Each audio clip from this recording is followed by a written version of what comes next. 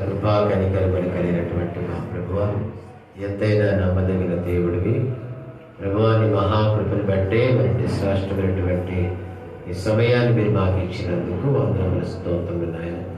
ఈ సమయంలో నీ వాక్యాలకు వెళ్తుండగా ప్రభుని వాక్కు ద్వారా మీరు మాతో మాట్లాడమని వాక్యమైనటువంటి యేసుక్రీస్తు నామములో ప్రార్థిస్తున్నాను పరమ తండ్రి, ఆమేన్. మరణాత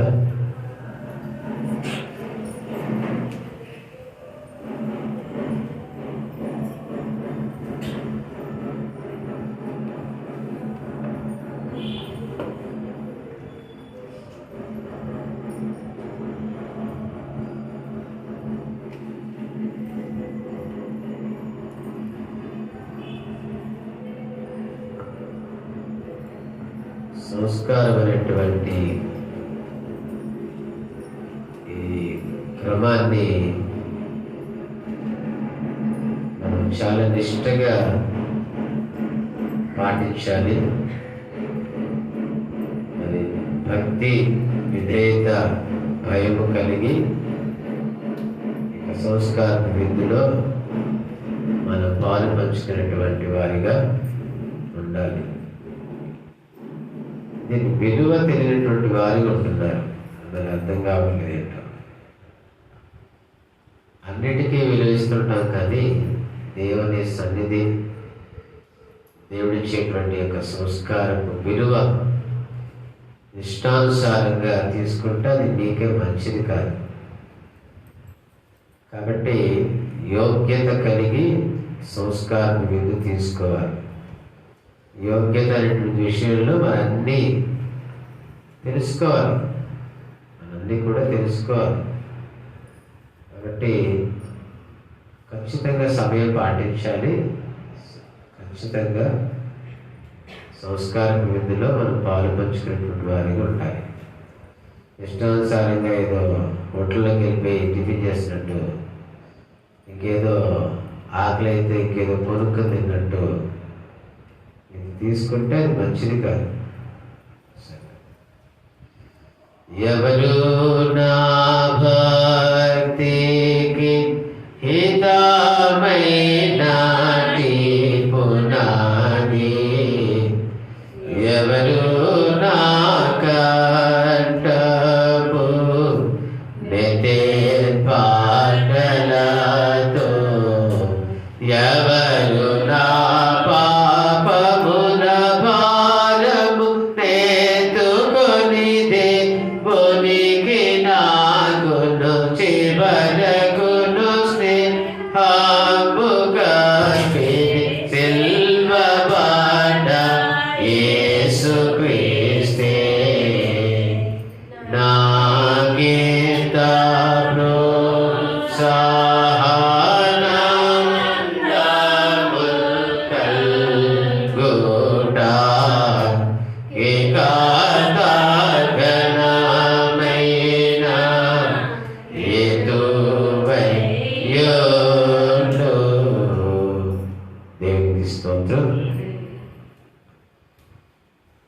మలాకి గ్రంథము 3వ అధ్యాయము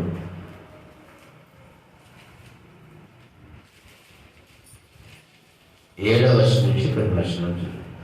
మీ పితరుల నాట నుండి మీరు నా కట్టడలను గైకొనక వాటిని త్రోసివేసి తిరిగి, అయితే మీరు నా తట్టు తిరిగిన ఎడల నేను మీ తట్టు తిరుగుదనని సైన్యములకు అధిపతి యెహోవా సెలవీయగా, మేము దేని విషయంలో తిరుగుదమని మీరందరూ.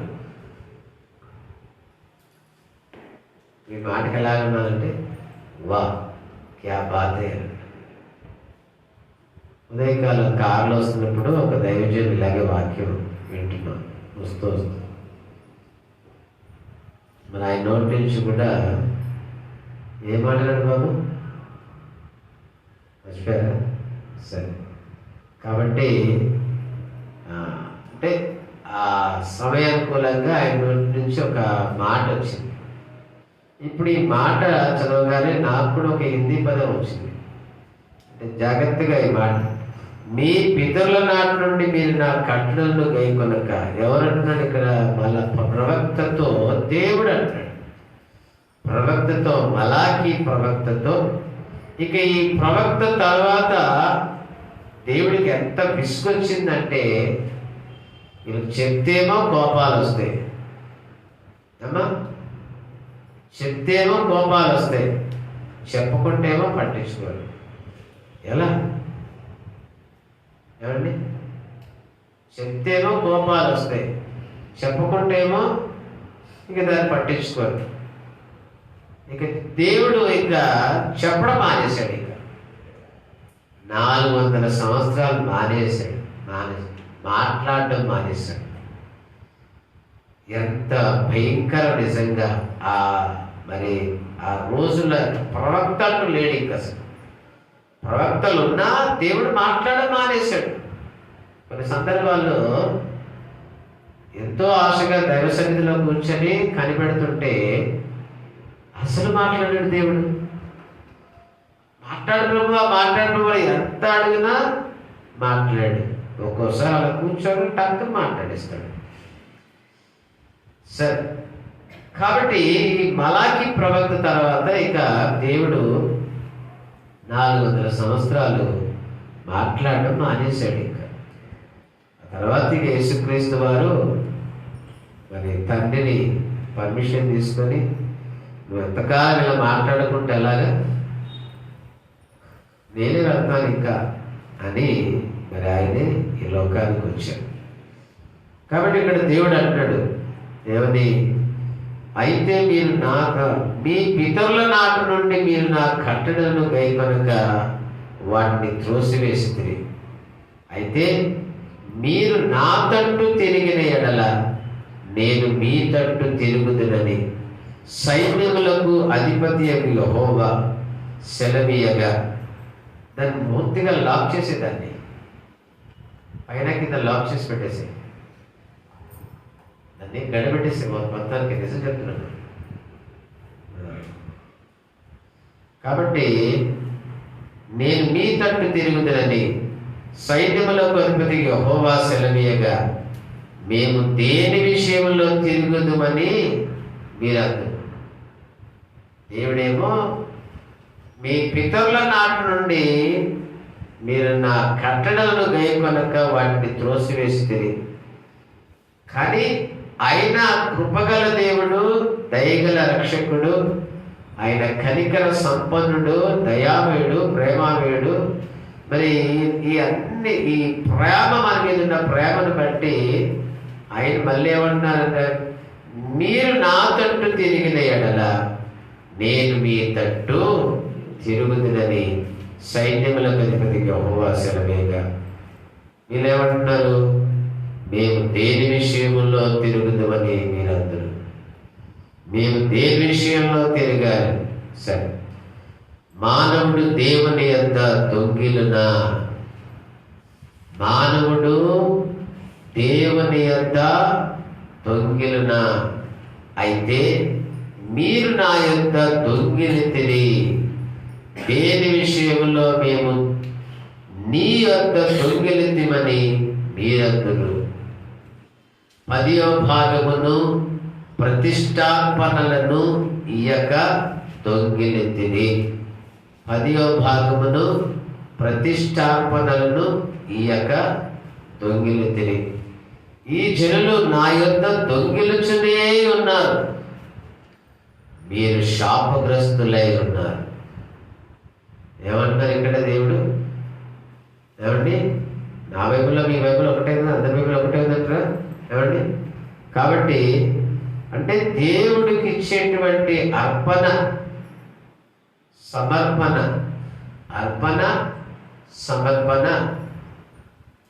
నీ ధనము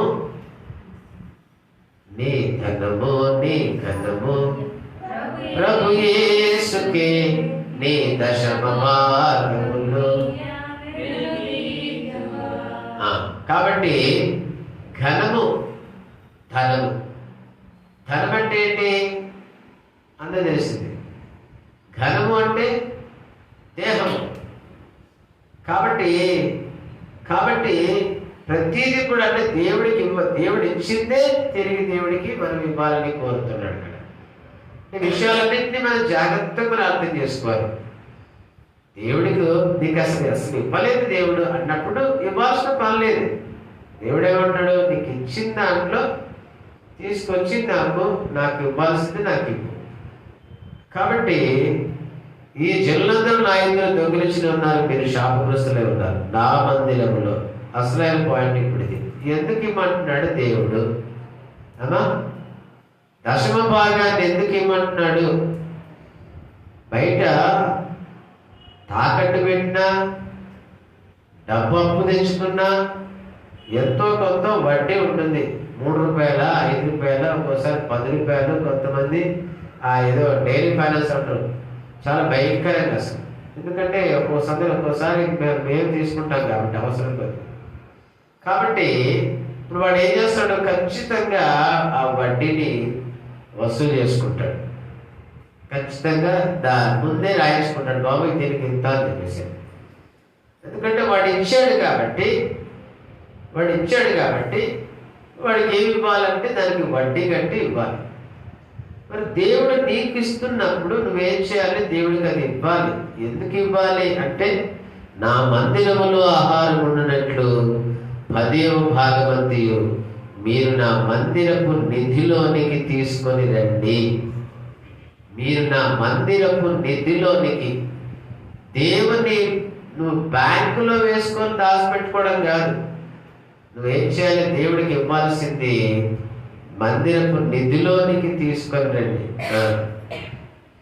దీన్ని చేసి మీరు నన్ను శోధించడలా నేను ఆకాశ వాకిలను విప్పి పట్టజాలనంత విస్తారముగా దీవెనలు కుమ్మరించుదని సైన్యములకు అధిపతి యెహోవా సెలవిచ్చుచున్నాడు. దేవునికి స్తోత్రం. కోల్గేట్ అనేటువంటి మాట వినకుండా ఎవ్వరు ఉంటారు అనుకుంటారు. కోల్గేట్ తెలుసా? ఇప్పుడు ఈ అమ్మాయి అనేది చెప్తుంది, కోల్గేట్ తెలుసా? కోల్గేట్ చెప్పాలి అంటే చూసారా, ఆ చిన్న అమ్మాయి కూడా తెలిసిందంటే అసలు కోల్గేట్ ఎవరో తెలుసా? ఒక వ్యక్తి పేరు. ఈరోజు మనం పళ్ళు కోసం అమ్మాయి నా పళ్ళు తెల్లగానే ఇలా చూపిస్తుంది అంటే కోల్గేట్తో తోముకుందో మనకి తెలియదు. కోల్గేట్ అంటే అర్థమైపోయింది. కాబట్టి అంటే కోల్గేట్ అనేటువంటి అది వస్తువు మీద ఇప్పుడు రాసారి పేరు, కానీ అసలు ఒక మనిషి పేరు. ఆ వ్యక్తి ఏం చేశాడంటే, వ్యాపారం మొదలుపెట్టినప్పుడు ఖచ్చితంగా ఆయన ఏం చేసేవాడంటే 100 రూపాయలు వస్తే కనుక 10 రూపాయలు తీసి పక్కన పెట్టేసేవాడు. కొంతకాలానికి అతడు వృద్ధి చెందాడు. ఇప్పుడు 100 రూపాయలు వస్తే 20 రూపాయలు పక్కన పెట్టేశాడు. ఇంకా వృద్ధి చెందాడు. 100 రూపాయలు వస్తే 30 రూపాయలు దేవుడికి ఇస్తాడు. పక్కన పెట్టడం అంటే బ్యాంక్ వేసుకోవట్లేదు, దేవుడికి ఇస్తున్నాడు. ఇక చివరికి వచ్చేసరికి ఎంత అంటే, ఇప్పుడు అతను 100 రూపాయలు వస్తే 90 రూపాయలు దేవుడికి ఇచ్చి 10 రూపాయలు ఆయన తీసుకున్నాడు. ఈరోజు ప్రపంచం ఒకవేళ చెప్పలేం, కానీ నేను పుట్టినప్పటి నుంచి చూస్తున్నాను, అంత ముందు నుంచి కూడా ఉంది. అసలు పేస్ట్ అనేది పరిచయం ఏంటంటేనే కోల్గేట్ ద్వారా నేను అనుకుంటాను. నా దృష్టిలో ఒక రకంగా కోల్గేట్ పేస్ట్ అనేది పరిచయం ఏంటంటే బాబు, ఫస్ట్ పేస్ట్ నువ్వు అప్పుడు పుట్టలేదు, ఇంకా నేను పుట్టలేదు కానీ చెప్తున్నాను. టూత్ పేస్ట్ అనేది పరిచయం ఏంటంటే ఒక రకంగా కోల్గేట్ ద్వారా పరిచయం. ఈరోజు ప్రపంచంలో ఈ కోల్గేట్ అనే పేరు తెలియనటువంటి మనిషి ఎవ్వరు ఉండరు. ఎందుకు వచ్చిందంత ఘనత అంటే దేవుడికి అతను ఇచ్చాడు. మనము ఈరోజు 10 రూపాయలకి కక్కుర్తి పడతాం దేవుడికి ఇవ్వడానికి. దాన్ని ఇంకో రకంగా ఏదో దేవుడు ఏదో రకంగా తీసుకుంటాడు, నీకు తెలియకుండానే. నీకు తెలియకుండా ఏదో రకంగా తీసుకుంటాడు. నువ్వు నష్టపోతావు దాన్ని బట్టి. అయ్యో ఇట్లెందుకు ఏదైనా బాధపడతాం, కానీ అయ్యా అవును కదా తప్పైంది, దేవుడికి కూడా నేను మానేశాను కాబట్టి నా బ్రతికిలా ఏడిచింది అనేటువంటి ఆలోచన మనకు కలగదు. ఈ దేవుడు చాలా జాగ్రత్తగా, నిజంగా ఒక బిల్డింగ్ కట్టడానికి పునాది లేని బిల్డింగ్ ఉంటుందంట బాబు, అవునా కదా? పునాది ఖచ్చితంగా పర్ఫెక్ట్గా ఉండాలి. పునాది ఎంత బలంగా ఉంటే బిల్డింగ్ అంత పైకి ఎత్తబడుతుంది. కాబట్టి పునాది ఎంత ఖచ్చితంగా ఉండవలసిందో అలాగే దేవుని యొక్క గ్రంథంలో ఉన్నటువంటి పాత నిబంధన కూడా అంత పూర్తిగా తెలుసుకోవాలి. మనకు అర్థం కాదనుకుంటాం, కానీ మనం దాన్ని చదవాలి, బాగా చదవాలి, లేక ఎవరినో చదివించి దాన్ని అర్థం చేసుకుని ఎక్కువగా చదవడానికి ప్రయత్నించాలి. ఎందుకంటే పునాది ఎంత బలంగా ఉంటే బిల్డింగ్ అంత ఎత్తు పైకి ఎత్తబడుతుంది. అలాగే ఈ ధర్మశాస్త్రం అనేది ఇప్పుడు నిర్గమాకాండ ధ్యానాలు చేస్తున్నాం. ఒకరోజు అరగంటలో ఏం చెప్పగలుగుతాం? అందులో మిమ్మల్ని అలర్ట్ చేయాలంటే మధ్యలో కథలు కహాలు ఇది చెప్పుకుంటూ రావాల్సి వస్తుంది. కానీ అసలైన తాత్పర్యాన్ని వివరించాలంటే ఒక అధ్యాయం 10 రోజులు పడుతుంది, అసలు ఇంకెక్కువే పడుతుంది. కాబట్టి పాత నిబంధనటువంటి దేవుడిచ్చినటువంటి నిబంధనలు, నియమాలు, కట్టడాలు, క్రమాలు, ఆజ్ఞలు వీటన్నిటినీ కూడా క్షుణ్ణంగా మనం తెలుసుకుని అర్థం చేసుకుని దాని ప్రకారంగా మనం జీవిస్తే కనుక ఇక ఆ తర్వాత స్థితే మనకు వేరుగా ఉంటుంది. కాబట్టి ఆ రీతిగా దేవుడు ప్రతిదీ కూడా ఎందుకు మనకు ఇచ్చాడంటే ఒక క్రమం అంటూ ఉండాలి, ఒక నియమాలు అంటూ ఉండాలి. మనం ఇంకా దేవుడికి మహిమకరంగా మార్చబడాలని ఉద్దేశించి తర్వాత కాబట్టి మీ పంటను తినివేయి పురుగులను నేను గద్దించదను. చూసారా, దేవుడికి ఇచ్చేటువంటిది ఏదైనా కూడా ఉంటే కనుక దేవుడు ఏం చేస్తాడు? ఖచ్చితంగా పాటిస్తే ఆ విషయంలో దేవుడు మన పట్ల కార్యం జరిగిస్తాడు. సరే, ఒక మాట చిన్న దీంతో ఒక మాట చెప్పాలనుకుంటున్నాను. మధ్యకాలంలో ఒక 4 రోజుల క్రితం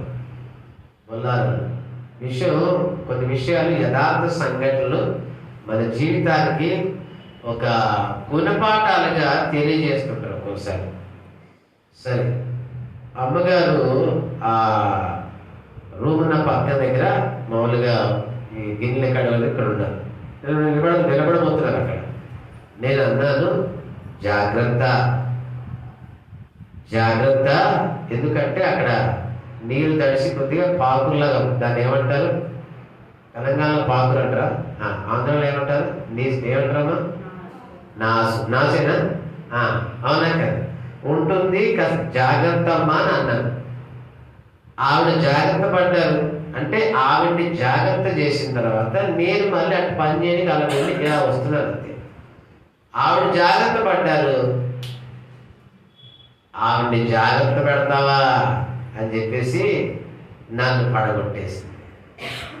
ఈ విషయాలు చెప్పుకోవాలని కాదు, కానీ కొన్ని విషయాలు నేర్చుకోవాలి. కొన్ని విషయాలు సాతాను ఎప్పుడు పక్కనే ఉన్నాడు, భగవాడు నీ చెంతకు చేరేను శనిగాడు. ఒకవేళ ఆ స్థితిలో కనుక అమ్మగారు పడితే ములుగుతున్న నక్కపై మళ్ళీ ఒక తాటిగా పడ్డట్టు ఏమవుతుంది? అందుకొరకు దేవుడు ఆ దెబ్బని నేను తీసుకోవాల్సి వచ్చింది. మన్నాత అనకూడదు కానీ, అవునా కదమ్మా? ఇప్పుడు ఆ దెబ్బ నేను తీసుకున్నాను. కాబట్టి ఇప్పుడు ఏమైంది? ఇక్కడ నిలబడాలంటే కొద్దిగా బరువుగా ఉంది. ఇది అంటే కొన్ని చెప్పకూడదు కానీ కొన్ని విషయాలు ఉంటాయి.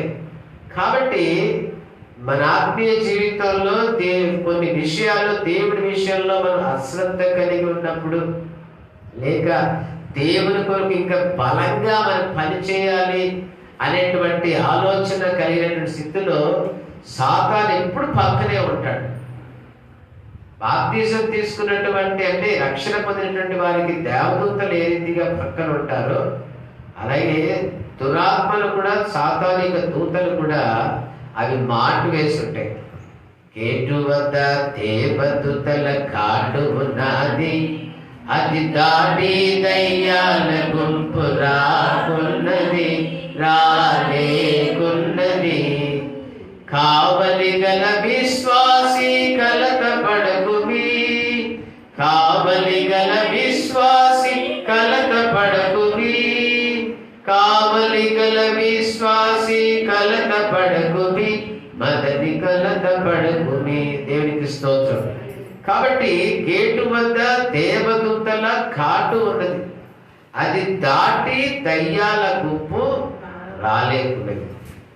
మరి సాతాను ఎలా పనిచేస్తాడు మన మీద అంటే, కొన్ని సందర్భాల్లో వాడికి కూడా అధికారం ఉంటుంది, వాడికి కూడా అవకాశం ఉంటుంది. ఎందుకంటే మన విశ్వాసాన్ని పరీక్షించడానికి ఒక్కోసారి దేవుడు వాటికి కూడా దేవుడు అనుమతించేటువంటి వారు. కాబట్టి ఇప్పుడు ఏమంటాడు, మీరు నా కట్టడాలు పాటిస్తే, వీటన్నిటిని ఆచరిస్తే కనుక మీ పంటను తినివేయి పురుగులను నేను గద్దించెదను, అవి మీ భూమి పంటను నాశనం చేయను, మీ ద్రాక్ష చెట్లు అకాల ఫలములను రాల్పకి ఉండునని సైన్యములకు అధిపతి యెహోవా సెలవిస్తున్నాడు. అప్పుడు ఆనందకరమైన దేశములో మీరు నివసిస్తులు కనుక అన్యజనులందరూ మిమ్మును ధన్యులందరని సైన్యములకు అధిపతి యెహోవా సెలవించుచున్నాడు. దేవునికి స్తోత్రం. కాబట్టి దశమ భాగం అనేది లేక ప్రతిష్టార్పణలు, అర్పణలు, దేవుడికి ఇచ్చేటువంటి అర్పణ. ఇప్పుడు ఈ దేహము నీది కాదు, మనది కాదు. ఇప్పుడు ఇది ఎవరిది? దేవుని సొత్తు. ఇప్పుడు ఇది దేవుడు తన ప్రాణాన్ని, తన రక్తాన్ని వెలగా చెల్లించి ఆయన కొనేసుకున్నాడు. అర్థమవుతుందమ్మా?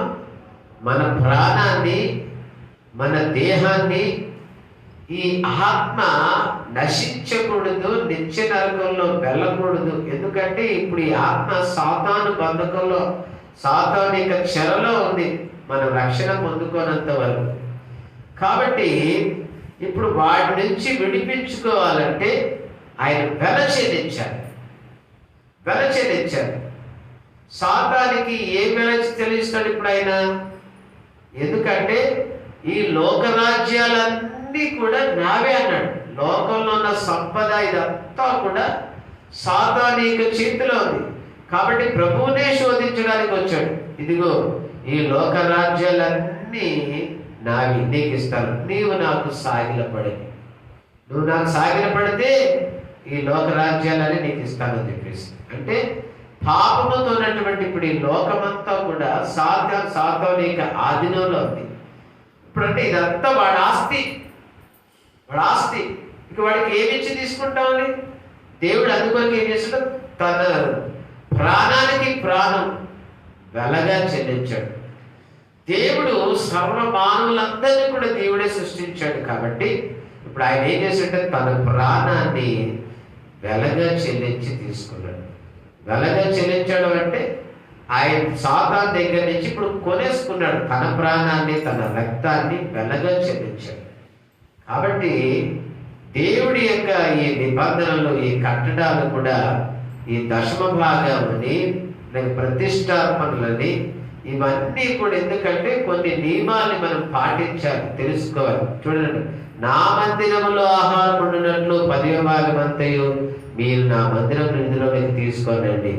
దీన్ని చేసి మీరు నన్ను శోధించినడలా నేను ఆకాశ వాక్యలను విప్పి పట్టజాలంత విస్తారముగా దీవెనలు కుమ్మరించదని సైన్యములకు అధిపతి యెహోవా సెలవించుచున్నాడు. కాబట్టి దశమ భాగం అనేటువంటి ఈ హిబ్రూ పదం నుంచి, మాసేర్ అనేటువంటి పదం నుంచి 10వ వంతు అనే అర్థం వస్తుంది.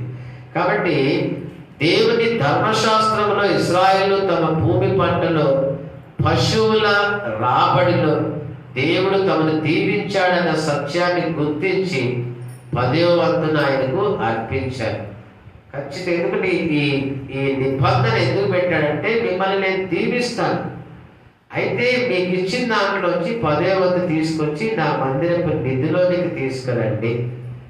కాబట్టి లేవికాండం 27వ అధ్యాయము 30-32 వచనం దాకా ఒకసారి చూద్దాం. లేవికాండము త్వరగా తీయమను.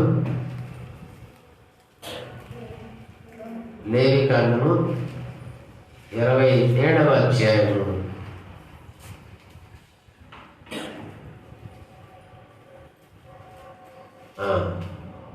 27వ అధ్యాయము 30-32 వచనం చూడండి. భూధాన్యములనేమి, వృక్ష ఫలములనేమి, భూఫలములన్నింటిలో 10వ భాగము యెహోవా సొమ్ము, అది యెహోవాకు ప్రతిష్ఠితమగును. ఒకడు తాను చెల్లింపవలసిన దశంభాగంలో దేనినైనా విడిపింపగోని ఎడల దానిలో 5వ వంతు దానితో కలపవలేదు. నువ్వు దశంభాగం ఇవ్వకుంటే ఏం చేయాలి? ఈ నెల ఇవ్వలేదు నువ్వు దశంభాగం, అయితే ఏం చేయాలి? నెక్స్ట్ మంత్ ఇచ్చుకో, దానికి 15% యాడ్ చేసుకోవాలి, 5% యాడ్ చేసుకోవాలి. అంటే ఎంత? 10 రూపాయలు ఇవ్వాల్సింది నెక్స్ట్ మంత్ ఎంత ఇవ్వాల్సి వస్తుంది? నువ్వు 15 రూపాయలు ఇవ్వాలి. అర్థమైందమ్మా? ఇది నియమం, ఇది నిబంధన, ఇది కట్టడం. వీటిని జాగ్రత్తగా మనం అర్థం చేసుకొని మనం పాటిస్తే ఆకాశ వాక్యాలను విప్పి పట్టజాలనంత విస్తారముగా ఆయన ఏం చేస్తాడు? దీవెనలను కుమ్మరిస్తాడు. ఆకాశాన్ని ఇస్తాడు. బ్యాంక్ లాకర్లు ఇస్తే మా అంటే 100 కోట్లు 1000 కోట్లు ఉంటాయి. ఆకాశం లాకర్లు ఇస్తే కాబట్టి ఆ రీతిగా. రెండవది సంఖ్యాకాండము 18వ అధ్యాయము, సంఖ్యాకాండము 18వ అధ్యాయము 21వ వచనం. ఇదిగో లేవీయులు చేయు సేవకు అనగా ప్రత్యక్ష గుడారం యొక్క సేవకు నేను ఇశ్రాయేలు యొక్క దశమ భాగములన్నిటిని ఇదిగో లేవీయులు చేయు సేవకు అనగా ప్రత్యక్షపు గుడారం యొక్క సేవకు నేను ఇశ్రాయేలు యొక్క దశమ భాగాలన్నింటినీ వారికి స్వాస్యముగా ఇచ్చి తిని.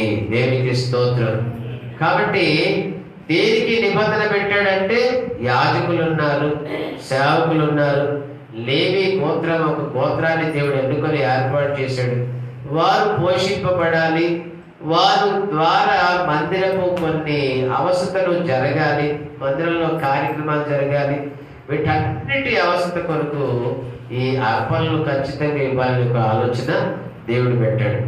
కాబట్టి దశమ భాగాన్ని దైవారాధన ఖర్చులకు, యాజకుల పోషణకు ఉపయోగించారు. కాబట్టి దేని గురించి? ఆరాధన జరగాలంటే ఇక్కడ జరగవలసిన దానికి, ఇప్పుడు కొంపల్లి ప్రాంతంలో అద్దిల్లు ఉంది, అద్దిల్లో ఆరాధన చేయాలి. వారానికి 2 రోజులు వెళ్ళొస్తాం అక్కడ. అంటే నెలకి ఎన్ని రోజులు వెళ్ళాల్సి వస్తుంది? 8 రోజులు వెళ్ళాల్సి వస్తుంది. 8 రోజులు వెళ్ళడానికి అక్కడ ఎంత కట్టాల్సి వస్తుంది? 10,000 రూపాయలు కట్టవలసి వస్తుంది. ఎందుకు? ఇక్కడ ఆరాధన జరగాలి కాబట్టి.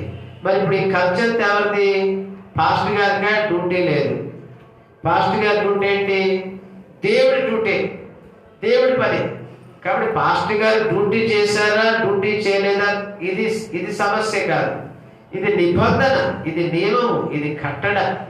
మీటింగ్లు పెట్టాలి, కార్యక్రమాలు జరిగించాలి, ఇంకేవో ఉంటాయి. దేవునికి సంబంధించి ఎన్నో కార్యక్రమాలు ఉంటాయి, చెప్పకూడదని. కాబట్టి వీటన్నిటినీ మరొక భారం ఉంటుంది. కాబట్టి దేవుడు ముందుగానే ఈ దశంభాగాలని, అర్పణలని, దైవారాధన ఖర్చులకు, యాజకుల పోషణకు ఉపయోగం. కాబట్టి వాగ్దాన దేశంలో దేవుడు తన ప్రజలకు ఇచ్చిన వనరులను దక్షతగా చూసుకునే బాధ్యతను వారిపై పెట్టాడు. మత్తయి సువార్త 25వ అధ్యాయము, మత్తయి సువార్త 25వ అధ్యాయము 15వ వచనం. అతడు ఒకనికి 5 తలాంతులు, ఒకనికి 2, ఒకనికి 1 ఎవని సామర్థ్యం చొప్పున వానికిచ్చి వెంటనే దేశాంతరము పోయిను. 5 తలాంతులు తీసుకున్న వాడు వెళ్ళి వాటితో వ్యాపారం చేసి మరి 5 తలాంతులు సంపాదించాడు. కాబట్టి దేవుడిచ్చేటువంటి తలాంతుల్ని తిరిగి ఉపయోగించి దాన్ని పెంచి తిరిగి మనం అర్పించేటువంటి వారికి ఉండాలి. అలాగే దేవుడికి మనం ఇవ్వడం వలన, ఇక దశమ భాగాన్ని, అర్పణలు ఏవేవైనా సరే దేవుడికి అర్పించడం వలన ఇంకా ఉన్నతమైనటువంటి ఆశీర్వాదానికి మనం కర్తగా నిలబెట్టుకుంటాడని పరిశుద్ధాత్ముడు మనతో మాట. దశమ భాగాన్ని అర్పించడంలో కీలకమైన అంశం అన్నిటికీ స్వంతదారుడు దేవుడే. కాబట్టి దేవుడే సొత్తు, దేవుడిచ్చిందే మనము దేవుడికి ఇస్తున్నాం. ఈ అర్పణ అనేది, కానుక అనేది, దీని సొంతదారుడు ఎవరంటే దేవుడికి. పాస్టర్ గారికి ఇస్తున్నాము, పాస్టర్ గారు దేని ఖర్చు పెడుతున్నారు, పాస్టర్ గారు ఏం చేస్తున్నారు అనేటువంటి ఆలోచన ఇది రాకూడదు ఎవరికి కూడా. కాబట్టి ఇది నేను దేవుడికి ఇస్తున్నాను, దేవుడికి ఇవ్వవలసింది దేవుడికి ఇస్తున్నాను. యేసుక్రీస్తు వారితో కూడా అడుగుతారు, మరి కైసర్కి చెల్లించాలి కదా, మరి దేవుడికి ఇవ్వాలి కదా. ఎలాగంటే దేవుడికి ఇవ్వాల్సింది దేవుడికి ఇవ్వాల్సిందే, కైసర్కి ఇవ్వాల్సింది కైసర్కి ఇవ్వాల్సింది, దేని దాందే. కాబట్టి దశమ భాగాన్ని అర్పించడంలో అది దాని సొంతదారుడు ఎవరంటే పాస్టర్ గారు అనుకోకూడదు. అర్థమైందమ్మా? ఎవరికి ఇస్తున్నాను అనుకోవాలి మనము, ఇది దేవుడికి ఇస్తున్నాను, దేవుడు ఇచ్చింది నీకు, నువ్వు నాకు ఇచ్చింది నేను నీకు ఇస్తున్నాను అనేటువంటి ఆలోచన మనలో ఉండాలి. చూడండి ఒకసారి 19 నిర్గమకాండం 19వ అధ్యాయం 5వ వచనం చూడండి. 19వ అధ్యాయం 5వ వచనం. కాగా మీరు నా మాట శ్రద్ధగా విని నా నిబంధన అనుసరించి నడిచిన ఎడల మీరు సమస్త జనుల్లో నాకు స్వకీయ సంపాద్యమగుదురు. దేవునికి స్తోత్రం. ఏమంటారు ఇక్కడ? మీరు నా మాట విని, మీరు నా మాట శ్రద్ధగా విని, మీరు నా మాట శ్రద్ధగా విని నా నిబంధన అనుసరించి నడిచిన మీరు సమస్త దేశ జనులలో నాకు స్వకీయ సంపాద్యమగుదురు. సమస్త భూమియో నాదే కదా, మీరు నాకు యాజకులమైన రాజ్యముగాను పరిశుద్ధ జనములుగాను ఉందురని చెప్పును. కాబట్టి మరి దేవుడికి ఇవ్వవలసినటువంటి నిబంధన కట్టడాన్ని మనం ఖచ్చితంగా పాటించాలని పరిశుద్ధాత్మ దేవుడితో.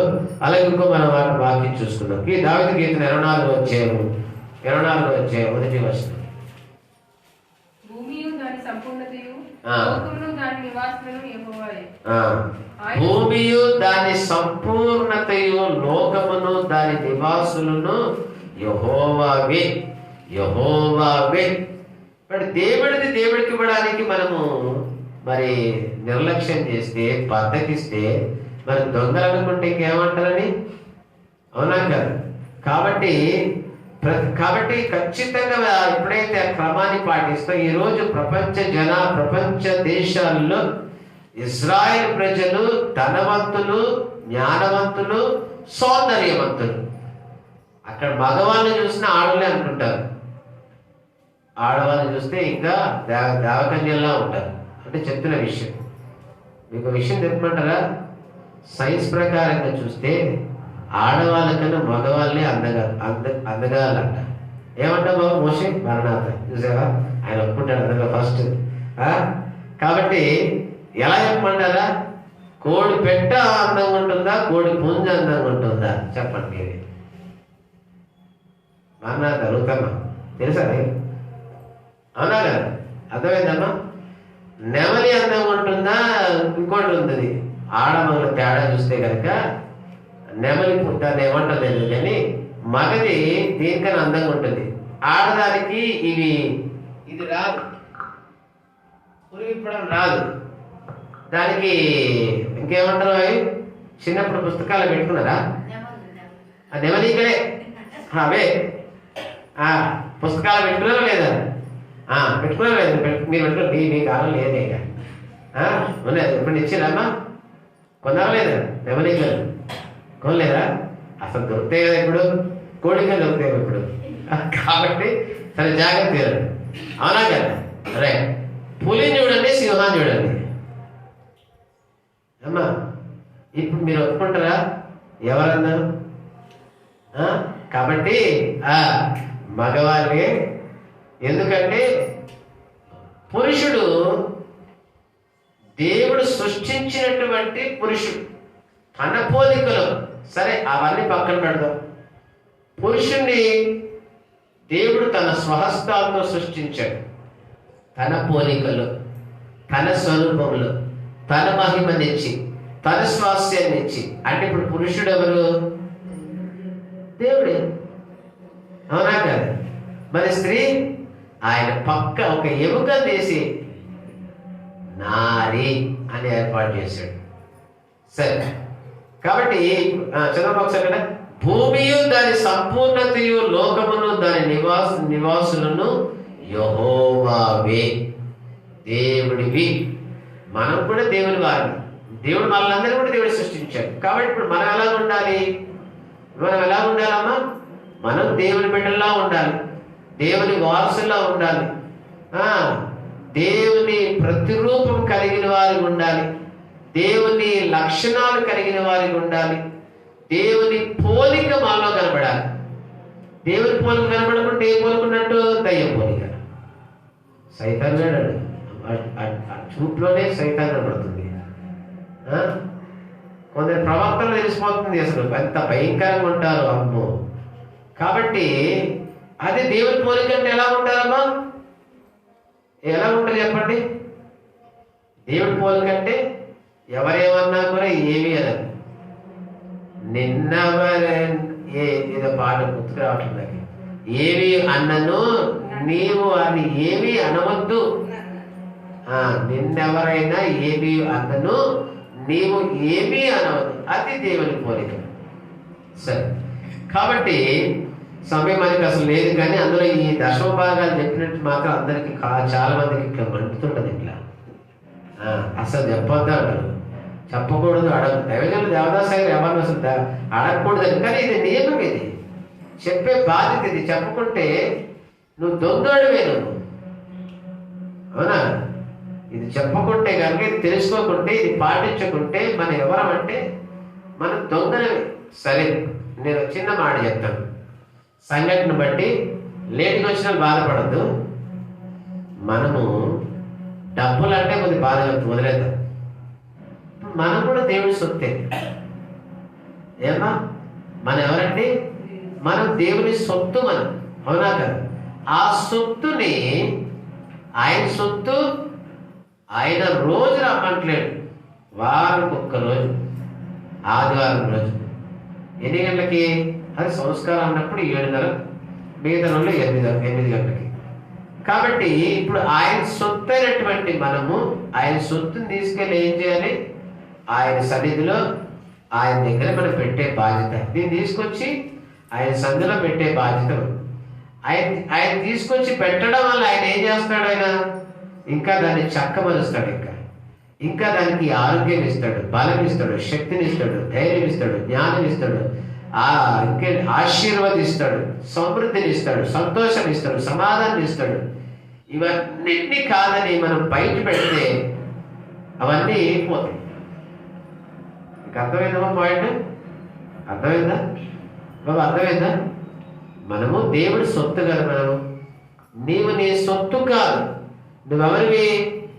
మరి దేవుడి సొత్తు నువ్వెందుకు వాడుకుంటావు? ఇప్పుడు ఉన్న నలుగుంట్లో ఈ మాటలు ఇలా ఇంత ఇదిగా చెప్తే కాస్త బాధ అనిపిస్తుంది. కానీ నాకు ఒక్కోసారి కొంతమంది సేవకుల ప్రసంగాలు వింటుంటే, అంటే ఆయన చెప్తున్నాడు, ఉదయం ఒక దైవజనుడు, మంచి గొప్ప దైవజనుడు, ఆయన మాట్లాడుతుంటే నాకే భయం వేస్తుంది. గొప్ప దైవజనుడు, కొన్ని వేల మంది ఉన్నారు. సిస్టమేటిక్గా సిస్టమే ఇది ఉండవలసింది అని ఖచ్చితంగా కొండలు బద్దగొట్టుని చెప్తూ ఆయన నోటి నుంచి కొన్ని మాటలు తురుసుగా వస్తున్నాయి. వాడు, వీడు, పనికిమాలుడు, దౌర్భాగ్యుడు, చండాలుడు, దరిద్రుడు. ఏ బాబు? వినాలేదు. కాబట్టి అంటే క్షమించాలి, దైవజనుని విమర్శించడానికి కాదు, కానీ ఈ కొన్ని విషయాల్ని మనము జాగ్రత్తగా అర్థం చేసుకోవాలి. అంటే దేవుడి ఈ సొత్తు దేవుడిది. ఈ దేవుని సొత్తుని ఆ దేవుడికి కొంత సమయం తీసుకొచ్చి ఆ సమయాన్ని మనం ఖచ్చితంగా ఆయనకు అప్పగిస్తే ఆయన ఊరికే పంపించాడు. దానికి 10ంతలో, 2ంతలో, 1000ంతలో ఇంకేదో రకంగా నిన్ను తయారు చేసి, నీకేదైనా ఆరోగ్యం తక్కువ ఉందా, అనారోగ్యం ఉందా, అనారోగ్యాన్ని ఆయన తీసుకుంటాడు, ఆరోగ్యం ఇచ్చి పంపిస్తాడు.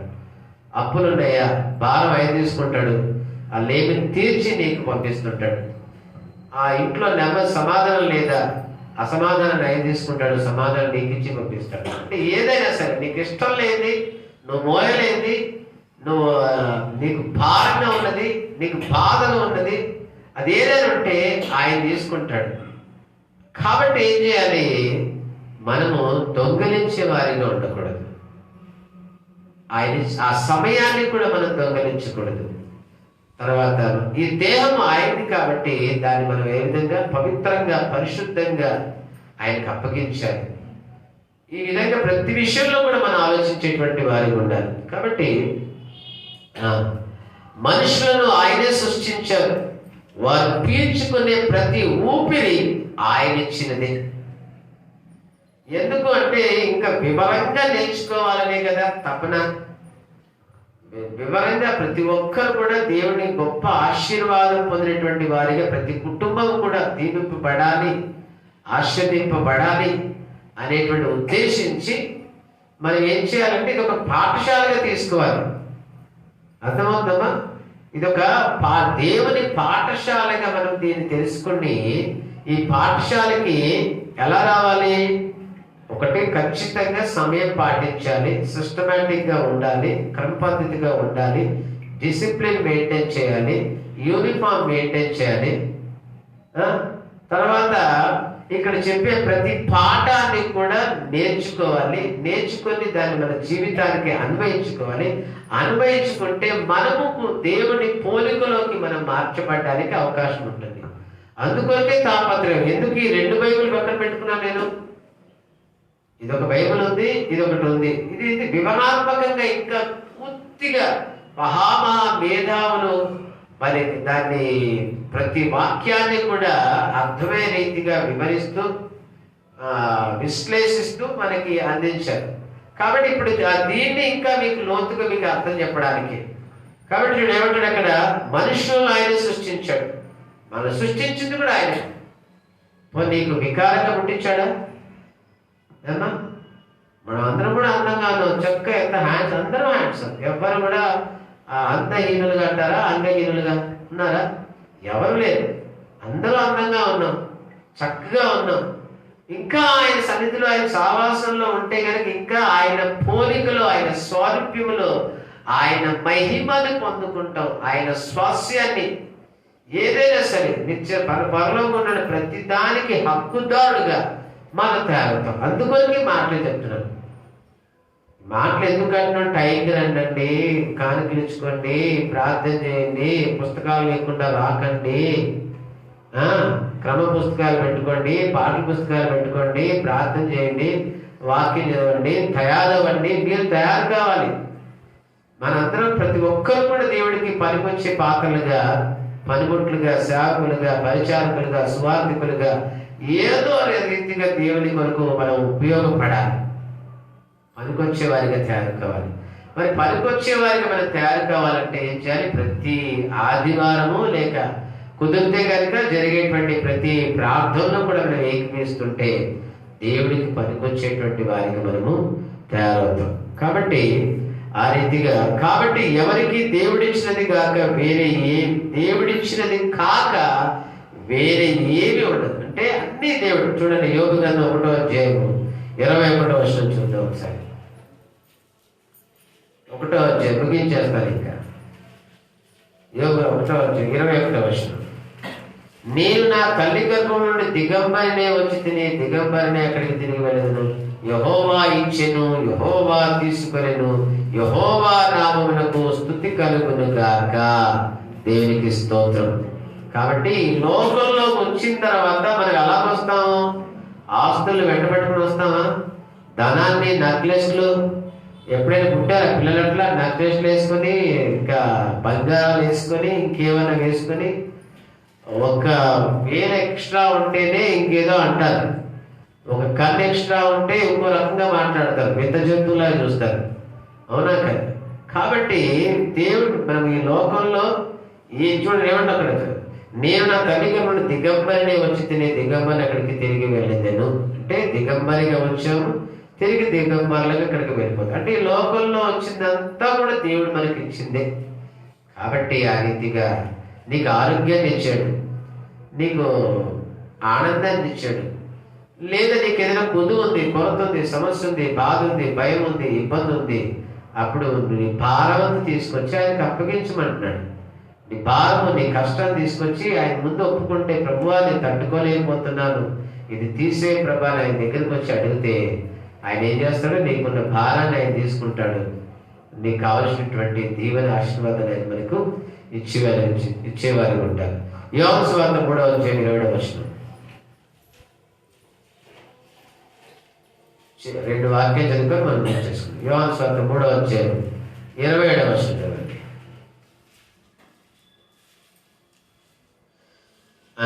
అందుకు యోహాను ఇట్లా, తనకు పరలోకం నుండి అనుగ్రహింపబడితేనే గాని ఎవడును ఏమీ పొందనేరడు.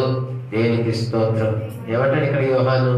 పరలోకము నుండి అనుగ్రహింపబడితేనే కానీ ఎవడును ఏమీ పొందనేరుడు. కాబట్టి మనం అనుకుంటాం, నా జ్ఞానము, నా బలము, నా శక్తి, నా తెలివి అని అనుకుంటాం. సామెతలు, ప్రసంగి, పరమగీతము, ఈ అధ్యాయం చదివితే కనుక, సొలొమోను రాసినటువంటి గ్రంథాలు చదివితే అంతా వ్యర్థమే. నేనేదో అనుకున్నాను, అన్ని అనుభవించాను, చివరికి నాకు తెలిసింది ఏమిటంటే ఇదంతా కూడా వ్యర్థమే అని జ్ఞాని అయినటువంటి సొలొమోను అంటాడు. కాబట్టి మరి మరొక సులభ మాట 27వ వచనం. అందుకు యోహాను ఇట్లనెను, తనకు పరలోకం అనుగ్రహపడితేనే కానీ ఎవడును ఏమీ పొందనేరడు. నేను క్రీస్తును కాననియు ఆయన కంటే ముందుగా పంపబడిన వాడిని అని చెప్పినట్టు మీరే నాకు సాక్షులు. చివరిగా 1 కొరింథీయులకు రాసిన పత్రిక 4వ అధ్యాయము 7వ వచనం చూసుకొని మనం ముగించేసుకున్నాం. 4వ అధ్యాయము 7వ వచనం. ఎందుకనగా నీకు ఆధిక్యము కలుగచేయువాడెవడు? నీకు కలిగిన వాటిలో పరుని వల్ల నీవు పొందినది ఏది? పొంది ఉండి పొందనట్టు నీవు అతిశయింపనేలా. ఏమన్నాడు? ఎందుకని నీకు ఆధిక్యం, ఈరోజు నీకు ఆధిక్యత ఇచ్చారంటే ఎవరిచ్చారు మనకి? నా జీవితంలో, నా బ్రతుకులో నాకు నా అన్న వాళ్ళు ఎవ్వరూ లేరు. నా బంధువులు, నా మిత్రులు, నా స్నేహితులు, నా అన్నదమ్ములు, ఎవ్వరు నాకు ఈ లోకంలో నా అన్నవారు ఎవ్వరూ నాకు లేరు. కానీ దేవుడి కృపను బట్టి ఈరోజు దేవుడు ఈ ఘనతనిచ్చాడు. దేవుడే ఘనతనిచ్చాడు. ఎవరు లేరు, బంధువులు లేరు, చుట్టాలు లేరు. ఎవరిని ఇంటికి వెళ్దామన్నా కూడా, ఒకప్పుడు మా అమ్మగారు స్కూల్ నుంచి, హాస్టల్ నుంచి సంవత్సరానికి ఒక్కసారి ఎండాకాలం సెలవులకు వస్తే చుట్టాల ఇంటికి ఒక వారం, ఒక నానమ్మ దగ్గరికి, ఒక వారం ఇంకో దగ్గరికి, ఎక్కడెక్కడికో తీసుకెళ్ళి వాళ్ళు ఉంచోబెడుతుంటే వాళ్ళు 2 రూపాయలు 3 రూపాయలు చేతిలో పెట్టేవాళ్ళు నా చేతులు. అంటే మేము లేని వాళ్ళం కాబట్టి, లేదా పాత బట్టలు ఏమైనా ఉంటే కనుక, ఒకవేళ ఉంటే కనుక అలా సాయం చేసేటటువంటి వారు కూడా. కొంతకాలానికి ఇంకా వాళ్ళు తంత దూరం అయిపోయారు. మొత్తం అంత చివరికి తల్లి కూడా లేకుండా అయిపోయింది, బంధువులు లేకుండా అయిపోయారు, అన్నదమ్ములు లేరు, ఎవ్వరు లేరు, ఒంటరిగా ఒక్కనే ఉండేవాడిని. అప్పుడు దేవుడిని పట్టుకున్నాను. దేవుడి మహాకృపను బట్టి మరి దేవుడే మరి ఆయన కృపను బట్టి ఆయన పట్టుకున్నాను కాబట్టి, ఆయన తెలుసుకున్నాను కాబట్టి దేవుడు ఈరోజు ఈ స్థితిని ఇచ్చాడు. కాబట్టి ఆ రీతిగా మరొక మాట కొరింథీయులకు రాసిన 1వ పత్రిక 4వ అధ్యాయం 7వ వచనం. నీకు ఆధిక్యము కలుగజేయవాడెవడు? నీకు కలిగిన వాటిలో పరుని వల్ల నీకు పొందినది ఏది? పొంది ఉండి పొందనట్టు నీవు అతిశయింపనేలా. ఆ రీతిగా మన ఆత్మీయ జీవితాలను మనం సరి చేసుకుంటూ మరి దేవునికి మహిమకరంగా మనం మార్చిపడేటువంటి వారిగా తయారు కావాలి. దేవునికి నీవు అర్పించుకుంటే దేవుడే మనకు కావాల్సిన ప్రతి అవసరం కూడా ఆయన మనకు తీర్చేటువంటి వారు ఉంటాడని పరిశుద్ధాత్మ మనతో మాట్లాడు. దేవుడి మాటలు దీవించునుగాక. ఆమె ప్రార్థన చేసుకున్నాం. మహాపరిశుద్ధుడైన తండ్రి, అత్యంత కృపా కనికరములు కలిగినటువంటి మా ప్రభువా, ఎంతైనా నమ్మదగిన దేవుడివి నాయన. ఇంతవరకు మీరు మాతో మాట్లాడినటువంటి ప్రతి మాట మా యొక్క హృదయాల్లో భద్రపరుచుకుని తండ్రి, ఈ వాక్యానుసారమైనటువంటి జీవితాలు మేమందరం కూడా జీవించేటువంటి కృపా భాగ్యము నాకును, మాకును, మా అందరికీ దయచేయమని యేసు నామములో ప్రార్థిస్తున్నాను పరమ తండ్రి. ఆమేన్. మరణం.